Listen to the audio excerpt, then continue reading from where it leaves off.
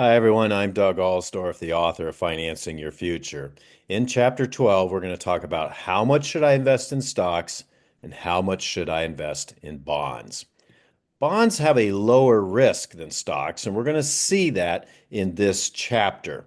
And it's going to be important for us to allocate our monies between these two assets. We call this asset allocation. We're going to find that we want to have some monies in bonds and probably more monies in stocks because bonds are generally not correlated with stocks. Stocks go down in price and bonds generally hold their price. Not always, and we'll see when that happens and when it doesn't. But what that means for us is if we have a bad economic time for stocks, hopefully our bonds are fine, and that sustains our portfolio through bad times. So we've already gone through a number of conversations about stocks, and we've led up to this point now where we really want to think about our asset allocation. But let's take a little aside at this point in time to remind ourselves about the future. Maybe you're thinking this, you probably aren't, but maybe you might be thinking this, or maybe you've heard somebody say this. Hey, I don't know how to pick stocks, but somebody must know. Well, this remains challenging. Who are you going to pick for picking your stocks? Will you pick this person right here, down here at this link? Would you pick them? They predicted, this was just about a year and a half ago in September of 23. This person published their article on Yahoo. Yahoo pushed it around, and they said that the S&P 500 will drop below 3,000.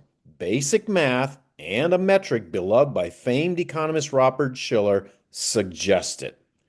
So, okay, did that really happen? This was somebody predicting the future. 6 months later, the S&P 500 reached an all-time high of 5,200. When they made this prediction in September of 23, the S&P 500 was at 4,270. In the following 6 months, it never dropped below 4,100. Here we are a year and a half later, and the S&P 500 is at double the 3,000. It's at about 6,000 right now. The author of this article, and there's a whole bunch of people commenting online about it, all sort of group thinking along together. They were all saying the same thing. They were embarrassingly wrong. This is an example for us to really be careful whenever someone starts pontificating about the future, that they can predict the future. What happens is all those articles just disappear. But if you started following this person, you would have been really wrong. Listen, you already knew this. You didn't have to take this class. You didn't have to listen to this book. You know inherently that nobody can predict the future. Nobody. So ignore these articles. Instead, what we're going to do is control what we can control. And ultimately, we want to control our asset allocation to deal with that future risk. So, what are risks you cannot control? Well, you can't control the standard deviation of the past returns or the beta of the company financials. You can't control the company itself. There's always going to be something bad that could happen, maybe. Company people who, yeah, good luck controlling CEO behavior. Perceptions of the company could be positive or negative. You can't control that. Competitors could be doing something better. You can't control any of that. Risks you can control. Hey, your behavior is a big risk, and you control that. You're going to be tempted to use your investments for like a down payment on a house, or maybe start your own business. You cash everything out and go help your relatives instead of investing for your retirement. You control that. You don't have to do those things. You're going to want to sell, sell, sell, and buy because of your emotions. We always saw all that, particularly when the market performs poorly, and you might commit the classic mistake of selling low and buying high. That would be bad. Instead, what we want to do is control. This is really key, and we're going to learn about this here. Control our asset allocation, control the amount of monies we invest in bonds, and control the amount of monies we invest in equities.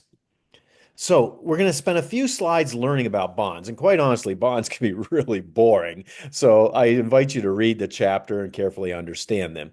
But bonds are when you are like a loan, but you're the bank. You're loaning your money to a company, a government, or a university. Many universities, Ohio State University certainly issues bonds, and they promise to pay you back some interest amount. And at the end of some given time, the maturity of the bond, they're also going to pay you back all the money that you gave to them.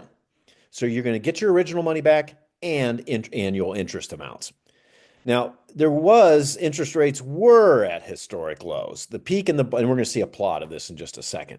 The peak in the bond interest was about 15% in the 1980s. Today, Bond, and depending upon some factors of bonds, interest rates are around 4%. They were even lower. So we're going to see a plot of this in just a second. Bonds are low risk. Here's why they're low risk. The issuing company must pay that annual interest. You gave them some money, they're going to give you a little bit back, and then eventually they're going to give you back the full amount that you gave them at maturity of the bond. They don't have to pay their dividends. Companies don't have to manage their stock price. They can change their financials, they can lay people off. But if they fail to pay their bonds, they go bankrupt. And that's why bonds are low risk, because there's a promise of payment. Otherwise, it's utter failure of the company. Even during the Great Recession, we're going to see this. Bond interest was paid. So here is the federal fund rate. Now, all governments around the world have a federal bank, and the U.S. has their federal bank. And note this quote from the federal bank. The federal funds rate, meaning this rate that you see plotted here, we see this percentage here over time, going back many, many decades. The federal funds rate is the central interest rate in the U.S. financial market.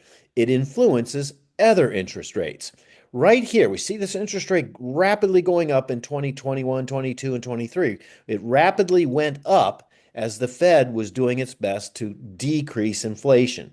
And this is one of the methods they use. They increase their loan rate that they do from the Fed. And then our loans that we get from banks follow suit. And this is why student loans, car loans, and home mortgages have all of a sudden, just in the past couple of years, seen the interest rates on those loans for us as individuals go up.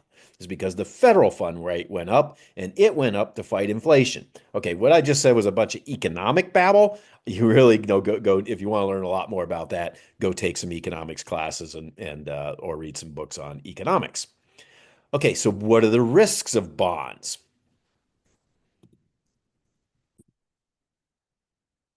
So this interest rate is good. It gives us some money back on our investment. And that interest rate, like I say, varies with what the Fed is doing. The bond yield, that payment they're giving back to you, that's equal to the payment divided by the bond value. The bond maturity, that's when they're going to give you all your money back after you gave it to the company.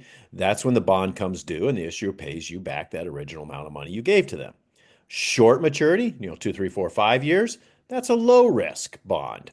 A long maturity, if the company says, hey, we'll pay you back in about 3, 4 decades, it's kind of a high risk. Is that company even going to be around? Fortunately, there are companies out there, Standard & Poor's, Moody's, and Fitch, they rate the bonds that are available to us. Just like there's a credit rating for you and me as individual people, there are credit raters, bond raters, that rate the value of bonds that are available to us. And they use some different nomenclature, and you can Google to learn more about that. It ranges from AAA to below junk bond status. And you can read about that in the book too. It's somewhat difficult, though, for us to buy individual bonds. You can do it. You can go get onto your online brokerage account and buy individual bonds, but it's actually more straightforward to buy funds, ETFs or mutual funds that buy the bonds for us. And they're usually pretty low fee as well. We're going to have a look at a couple of low fee funds that buy bonds for us. Individual bonds, it's okay to buy them once you really understand them, but you don't necessarily have to. But there are some advantages to doing it, but unfortunately, many individual bonds tend to be illiquid. In other words, you get to a point where you don't want to sell your bonds that you bought, there may not be anybody to buy it. That'd be kind of bad. Presently, to try to get a handle on how big is this bond market, am I talking about something kind of tiny and insignificant? No. Both the bond market for the US and the equity markets, they're about the same size at 50 and 55 trillion dollars. Wow. All right, so this is a really important paragraph. I'm going to read it. I invite you to maybe even silence the video and read it and pause it for yourself. Bond prices fluctuate with the overall prevailing interest rate and with the credit rating of the issuer. For now, let's assume that you have some bonds from a high quality, low risk company. Say you bought 10 of those bonds 5 years ago for $1,000 each, so that's $10,000 that you spent. They had a 15-year maturity with a 4% interest rate. You bought those bonds at first issuance, and you were quite happy to get $400 a year. But hey, maybe it's 5 years later now, and you're like, I need my 10 grand. I got some things I need to do with that. So you need to sell your bonds. Now that you like to sell your bonds, let's say the interest rates on similar quality bonds as yours have gone up to 6%. How are you going to convince somebody to buy your bonds when they can instead spend $10,000 and get 600 bucks back as opposed to your $400. And the way the math works, you have to lower the price of your bonds in order to get them to buy them and get that higher amount of payment back. So here's the rule. Higher interest rates lead to lower bond prices, whereas lower interest rates lead to higher bond prices. I want you to reread that paragraph. It's the key to understanding bonds. So bonds are just like stocks. We want to buy low and sell high. So we want to have low bond prices when we buy. That means high interest rates. And when we sell our bonds, we want that price to be high. That means we want low interest rates. So here is a fund that actually goes and buys bonds for us, and then we can just buy this fund through our online brokerage account. This is Schwab's bond. It's an average bond fund altogether, and it's been paying off about 2.5% per year. So as always, when given a plot, we got date across the bottom, and this is for the entire timeline of this particular bond fund. In a moment, I'm going to show you a bond fund that's existed for more than 3 decades. And the bond price is the black line, and that follows the left-hand y-axis, whereas the interest being paid out of that black line at 2.5%, that follows over here on the green line. Note that it's $250 or so per year for a $10,000 investment, but I'm going to running sum that year after year after year after payment. If you took that green line, that interest, and reinvested it back into the black line, you would follow the blue line in through there. And so what we see here is that maybe if you had put $1 million into this fund, you would get $25,000 per year out of that. And more or less the black line, it's going to come back up as interest rates go down, bond prices go up. Indeed, right in through here, this is when the Fed was increasing interest rates to fight inflation, and sure enough, the bond prices went down. And now interest rates, let's hope, we're not certain, we can't predict the future, but perhaps interest rates will go down and therefore prices go up. And we're going to continue to have this interest payment come out of this fund. So that's the way a bond fund works. Let's now have a look at asset allocation using a bond fund and using an equity fund. And we're going to look at 2 different plots. Here we're looking at an equity fund in blue. That's our familiar VFINX. And here's a bond fund in red. That's VBMFX. It's also available from Vanguard. The summation of both of those, that's the green line, and we see we go back about 37 years starting in January of 87. I really liked using these two because they go back over decades and decades and cover a couple of different economic periods that are kind of important for us to understand.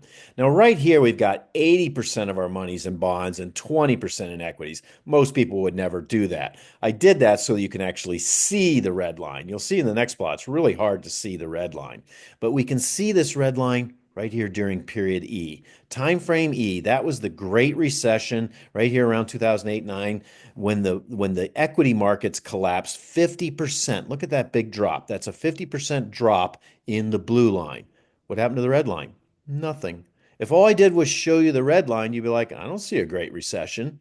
And that's important. It helps us to understand that bonds don't react the same to certain economic conditions. Here was another downtime in the equity fund, and the bond fund didn't do anything in response. In fact, here is right in through here from I to J. That's the lost decade when there was no gain in the blue line, and yet the red line just keeps going up during that time. So that's good. The red line is not doing the same thing as the blue line, and that's what we want. If our bond funds and our equity funds both went down together and went up together, then when bad times happen, both things would be going bad. We want to have a safety net. Bonds are that safety net. But it's not always perfect. Here we see inflation. This is the time period when inflation was occurring and the Fed was increasing the interest rates. We see that both stocks and bonds did go down then. So it's not always perfect.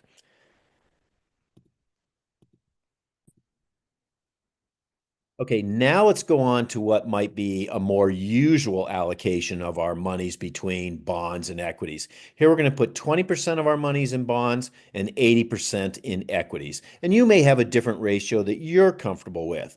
What I do, rather than looking at percentages, which is a helpful start, I actually look at what's the value of the bond, and I call that my bond floor. I don't want my investments to ever drop below the bond floor. And we've just seen, I'm going to back up one slide, we've just seen that generally speaking, bonds don't react to economic conditions the same way that equities do. So this becomes a floor below which I hope my investments never drop. And here, during the Great Recession, with this ratio that we see there, and starting back here in 1987, we see that we would have had about $44,000 in our bond floor during the recession. Maybe that would have sustained this investor. They maybe have been like, okay, even though there's really, really bad economic times, I still have that $44,000. And as we've seen, there was no change in the bonds. They didn't all of a sudden drop in response to the Great Recession. Maybe you would say, well, that's not enough for me, but you would have then adjusted as you were going along, as you were seeing the value of this bond floor. You may have invested more into your bonds just to get it to pop up a little bit more. In other words, I'm trying to get you to look at the actual number as opposed to the percentage. And you want to think for yourself, what is the minimum amount of monies I really got to make certain I have invested as I work my way along this timeline? I call that my bond floor, and I invite you to then adjust the amount of monies you put into your bonds, adjust that over time to where you get that to where you're very happy and you're comfortable that you say, okay, I can live on this amount that's in my bonds, and then you could just continue to pour your monies into equities instead. So one last chart to show you, and this is kind of popular amongst financial people, and I don't always like these charts, but for this purpose, it's actually quite helpful. So here are the annual returns, 10, 20, 30% returns or losses in these two funds going back all the way to 1987. What's really critical here is the red and blue bars are only correlated at 0.3. They're essentially not correlated. For example, here's the Great Recession. Look at this enormous loss in that 1 year in that equity fund. Yet the bonds actually gained money. That's fantastic. Over here, part of the lost decade, loss after loss after loss in the equity fund, bonds kept gaining. So that's really encouraging. But over here during inflation fighting times, both went down. Hence, it's not a perfect difference, but it's still very helpful. Our bonds are sustaining us. Note, however, that bonds generally have a good return in through here, but their returns are diminishing over time.